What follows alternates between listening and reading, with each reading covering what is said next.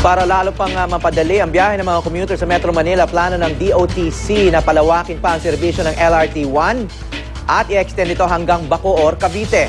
Ang bidding para sa proyekto na aabot sa halos 70 bilyong piso. Ang halaga sisimula na sa susunod na buwan. Ang may news to go si Yvonne Aquino. Araw-araw 500,000 tao ang sumasakay ng LRT-1 na bumabiyahe mula Baclaran sa Pasay City hanggang sa Roosevelt sa Quezon City. Marami ang umaasa sa tren dahil bukod sa mura, mas mabilis din ito kumpara sa bus na kailangang sumuong sa napakabigat na trapiko sa Metro Manila. Dahil dito, plano ng Department of Transportation and Communications o DOTC na palawakin ang serbisyo ng LRT-1. Katuwang ang pribadong sektor, balak dugtungan ng mahigit 10 kilometro ang rilas ng LRT hanggang Bacoor, Cavite. Pag nangyari na ito, ang mahigit 20 kilometro ang LRT-1, magiging mahigit 32 kilometro na. Sa May 28 nakatakdang buksan ang bidding para sa proyekto na nagkakahalaga ng halos 70 bilyong piso.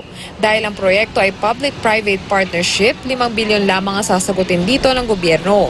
Ang mananalong bidder ang mamumuhunan sa natitirang halaga ng konstruksyon. Noong una, 6 na bilyon sana ang subsidy o sasagutin ng gobyerno. Ibinaba ito sa 5 bilyong piso noong Pebrero. Dahil sagot na ng gobyerno ang pagbili ng lupang patatayuan ng proyekto at relokasyon ng mga maapektuhang residente.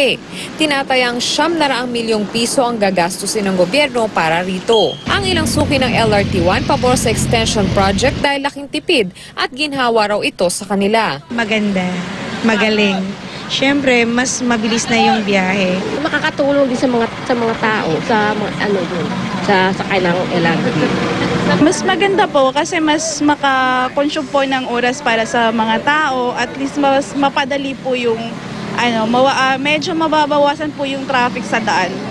Yvonne Aquino, GMA News.